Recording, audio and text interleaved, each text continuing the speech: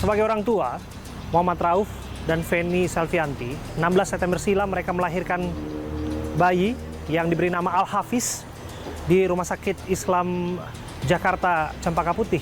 Namun, mereka menduga kuat bahwa bayi yang berakhir dimakamkan adalah bukan bayi kandung mereka sendiri. Anak yang diangkat dari rahim Anda melalui proses sesar dan anak yang meninggal dunia itu di dalam foto adalah bayi yang berbeda. Sederhananya kan itu kan hak pasien. Hak pasien kan untuk dapat rekam medis kan? Setuju. Iya, kenapa tidak dikasih kepada pasiennya? Setuju. Sesederhana itu, kenapa tidak diberikan kepada pasiennya rekam medis bayi itu? Baik. Kenapa tidak diberikan kepada mereka? Silahkan ditanyakan.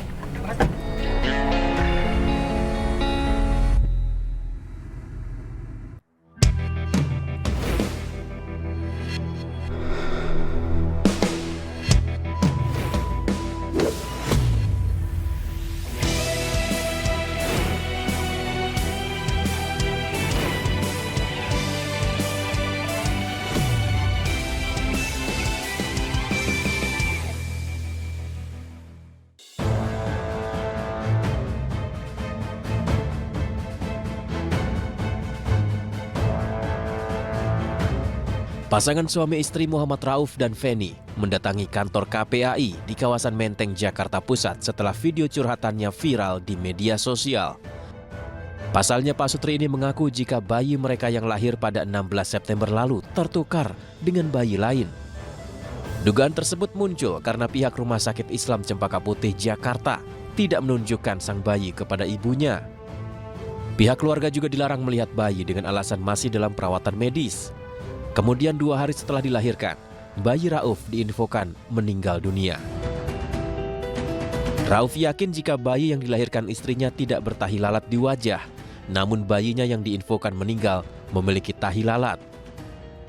Kasus bayi diduga tertukar bukan kali pertama terjadi. Agustus 2023 lalu, seorang balita tertukar di sebuah rumah sakit Bogor, Jawa Barat. Hal ini baru diketahui oleh sang ibu setelah melakukan tes DNA sang anak. Sempat tidak ada titik temu, namun akhirnya Menteri Koordinator Bidang Pembangunan Manusia dan Kebudayaan Muhadjir Effendi turun langsung untuk menangani tertukarnya bayi di Rumah Sakit Sentosa Bogor, Jawa Barat.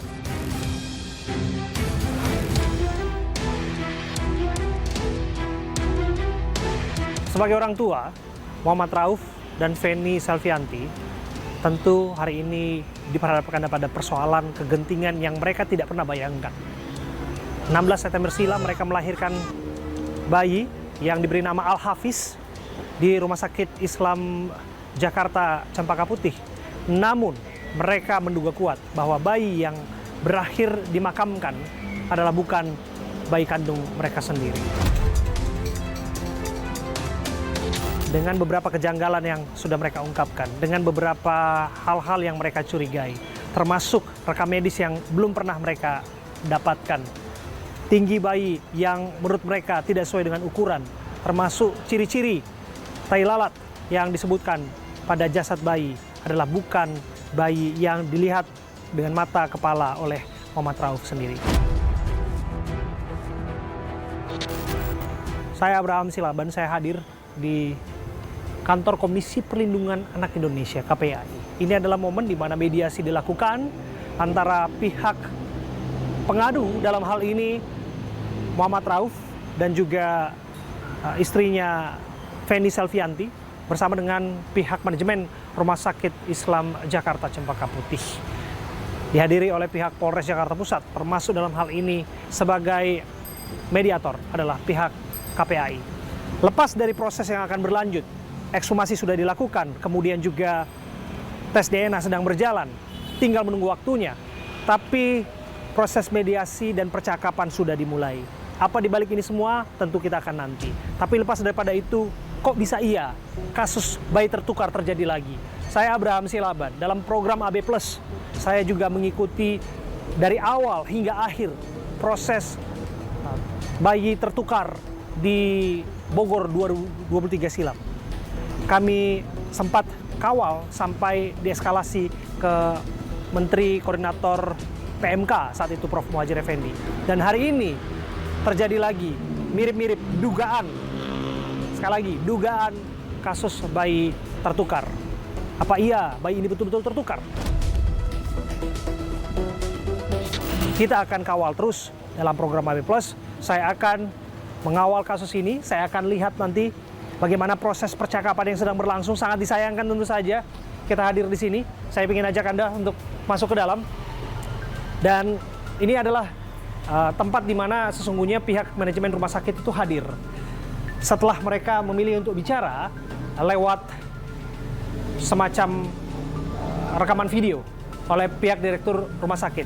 Namun yang sangat disayangkan memang selain itu sangat sedikit keterangan yang diperoleh oleh kami termasuk awak media lain, keterangan demi keterangan dari pihak rumah sakit tentu saja mengapa peristiwa ini bisa terjadi, apa iya peristiwa ini setelah viral kemudian mendapatkan perhatian dan lain sebagainya. Tapi yang jelas dengan kehadiran mereka di sini tentu saja itu menandai satu hal bahwa ada hal yang harus dibereskan di sini. Yes, ada hal yang harus dibenahi dan dibereskan di sini dan dibicarakan di sini melalui proses dalam tanda kutip mediasi yang dimaksud, lepas dari proses tes DNA yang sedang berjalan, tapi kita akan melihat.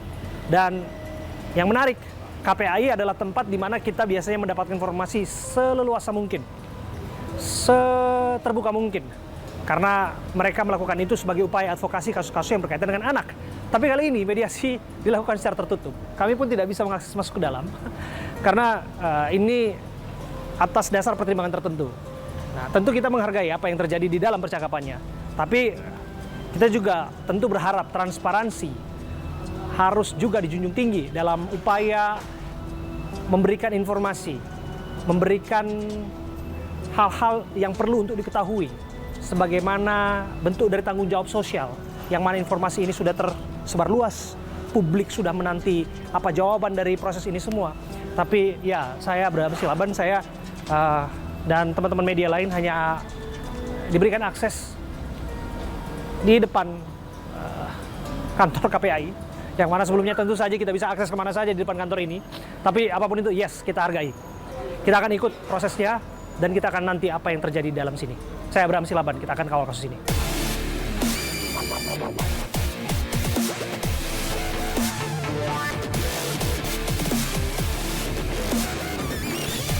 Ya, pertemuan sudah selesai dilakukan dan kita akan dengarkan apa hasil pertemuan dan mediasi. Disebutkan sudah ada hitam di atas putih antara pihak rumah sakit dengan pihak pengadu, dalam hal ini Muhammad Rauf dan istrinya Ibu Feni. Kita akan lihat keterangannya. Nanti tinggal tunggu di stasiun DNA aja ya. Tapi dari mana bang? Nggak ada, itu aja cukup. Tadi yang dibahas apa aja bang? Itu nggak boleh dipublikasi. Dari rumah sakit siapa yang datang bang? Dari rumah sakit siapa yang datang tadi?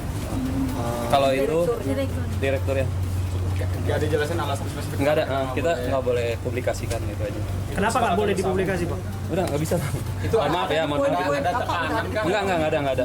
Bang intimidasi nggak bang? Nggak ada. Bang ini kan kejadiannya September deh, apakah ini kok bisa di Desember ini bang? Kenapa bang? Jadi kita nggak bisa beri keterangan ya, mohon maaf aja Pak. Dengan direktur rumah sakit. Ya, dokter. Dokter Jack, ya bisa dijelaskan pada hari ini pertemuannya Pak? Baik, dulu ya. Bentar, saya ingin memberikan statement ya. Ya silakan. Pada hari ini telah berlangsung mediasi. Tadi ada beberapa kesepakatan yang telah didiskusikan dan disepakati.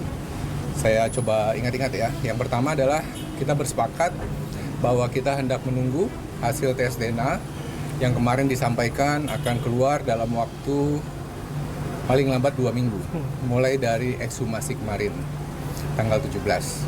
Dan kemudian yang kedua belah pihak bersepakat untuk menjaga suasana agar lebih kondusif dan mencegah polemik untuk dapat menenggang rasa dan menjaga privasi dan kondisi emosi dari pihak keluarga. Ini ada bicara ganti rugi atau kompensasi nggak dibicarakan pada hari ini? Tadi tidak dibicarakan. Tapi ada hitam di atas putih. Ada Tidak. investigasi internal nggak? Ada, kita melakukan dan kemudian dari pihak Dinkes Rumah Sakit juga sudah menurunkan 2 kali dan juga mengevaluasi. Sementara hasilnya apa dok? Apa yang ditemukan? Silahkan ditanya sama pihak Dinkes ya. Mengenai rekam medis yang katanya tidak pernah didapatkan oleh pihak keluarga Pak Rauf. Benar itu dok? Kita tidak ingin memuruncing lebih lanjut, tapi Enggak, sederhananya kan itu kan hak pasien. Hak pasien kan untuk dapat rekam medis kan? Setuju. Iya, kenapa tidak dikasih kepada pasiennya? Setuju. Sesederhana itu, kenapa tidak diberikan kepada pasiennya rekam medis bayi itu? Baik. Ini urusan bayi. Ya hari ini prosesnya berlangsung tanpa tekanan, silahkan ditanyakan. Tapi dalam proses Ya, apakah rekam medis itu sudah di tangan pihak orang tua sekarang? Sudah kami siapkan, tapi belum diambil. Kenapa tidak diambil? Silakan. Kenapa tidak diberikan Silahkan kepada ditanya. mereka? Silahkan ditanyakan. Ini ya, sampai sekarang pihak rumah sakit masih meyakini bahwa itu bayinya.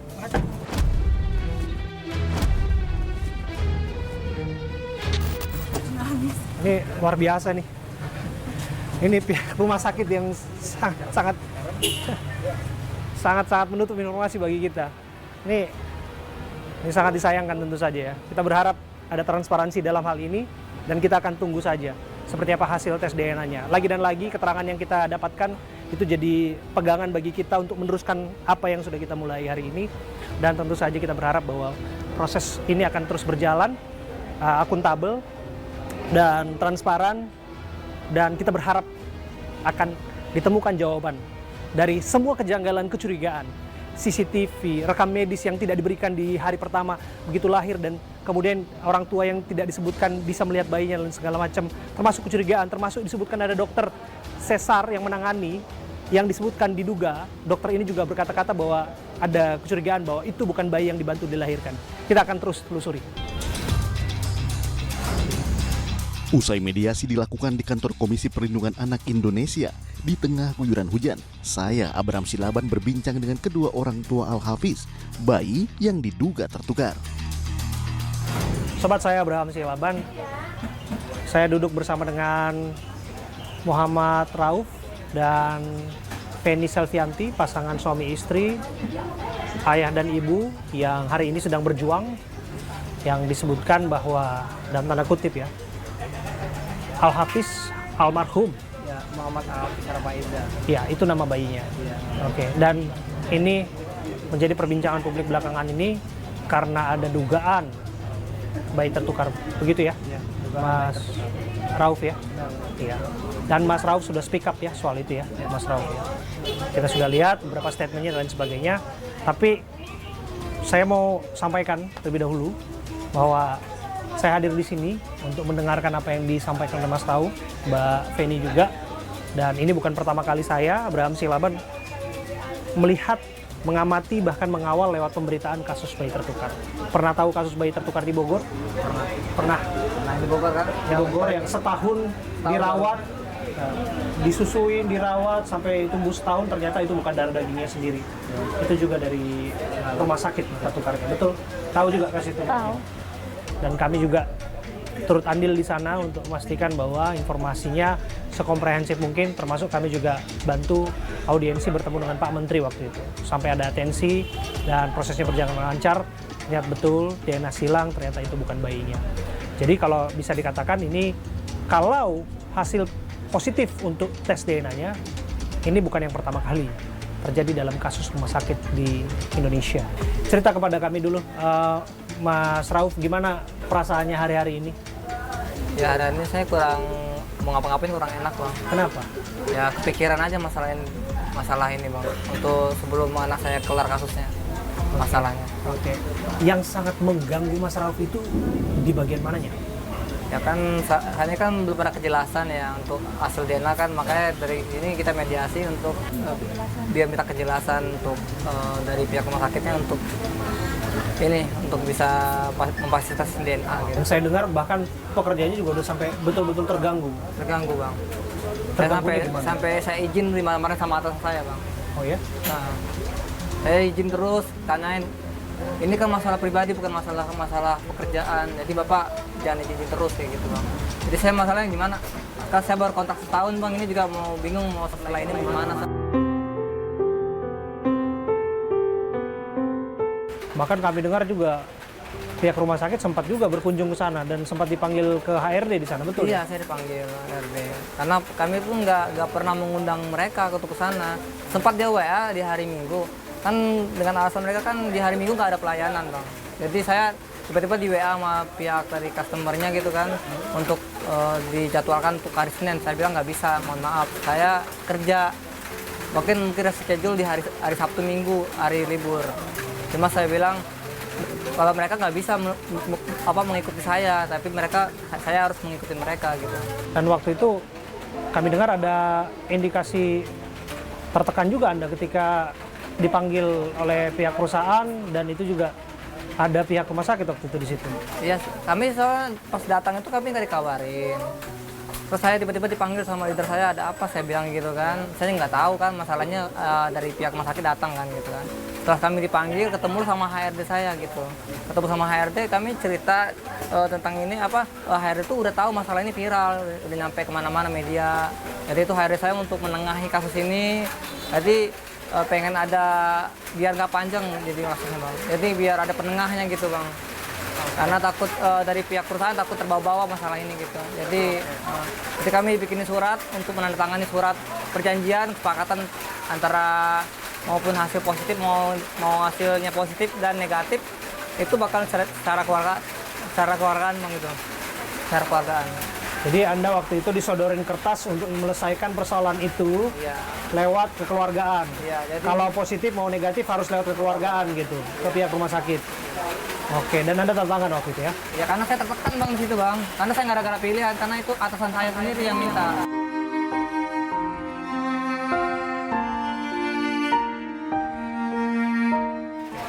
Dan waktu itu juga kami dengar ada permintaan untuk menurunkan konten yang sudah sempat viral. Iya, sempat disuruh dalam perjanjian itu saya harus men-take down dulu video saya. Jadi antara tukar menukar Bang, saya untuk tes DNA akan dilakukan, tapi asal saya mau ngikutin kemauan dari mereka. Take down video saya viral itu. Oke, sekarang kan sudah mediasi sudah dimulai, tapi yang jelas ekshumasi sudah dilakukan untuk kemudian proses tes DNA yang nanti tinggal menunggu waktu. Gimana sekarang perasaannya? Ya agak sedikit takut, masih belum puas, masih takut gitu Bang. Hasilnya takutnya ada segala macam dari tindakan dari mereka. Soalnya kan yang kita hadapin ini kan dari rumah sakit besar, instansi besar Bang gitu. Kami takutnya ada ya aneh-aneh lah bahasanya gitu Bang. Kok khawatir kan disebutkan bahwa pihak rumah sakit bertanggung jawab untuk menangani pendanaan dari tes DNA itu, dan yang pilih rumah sakit waktu itu adalah diberikan kepada pihak waktu itu keluarga. Saya belum sempat milih di mana rumah sakitnya.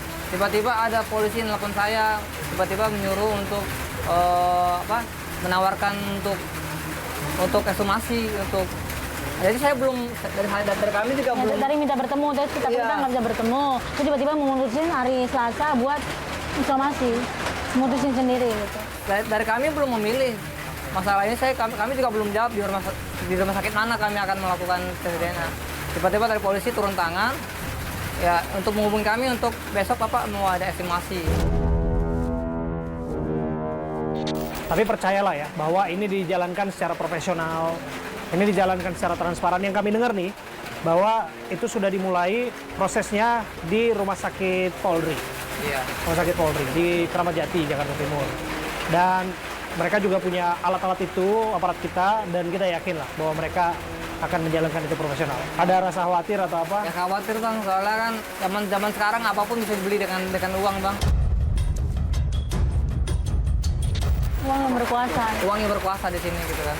Jadi saya takutnya ya mereka bisa bayar apapun untuk hasil seperti ini kan tidak akan baik. Dan sampai sekarang, sampai detik ini, Anda sebagai seorang ayah berbicara kepada saya juga seorang ayah Mas Rauf. Anda meyakini betul bahwa itu bukan bayi Anda. Jadi saya di situ dibuat pernyataan, janjian. Kalau Bapak sampai bongkar bakal diusut sampai kasus polisian. Akan dilaporkan saya ke polisian.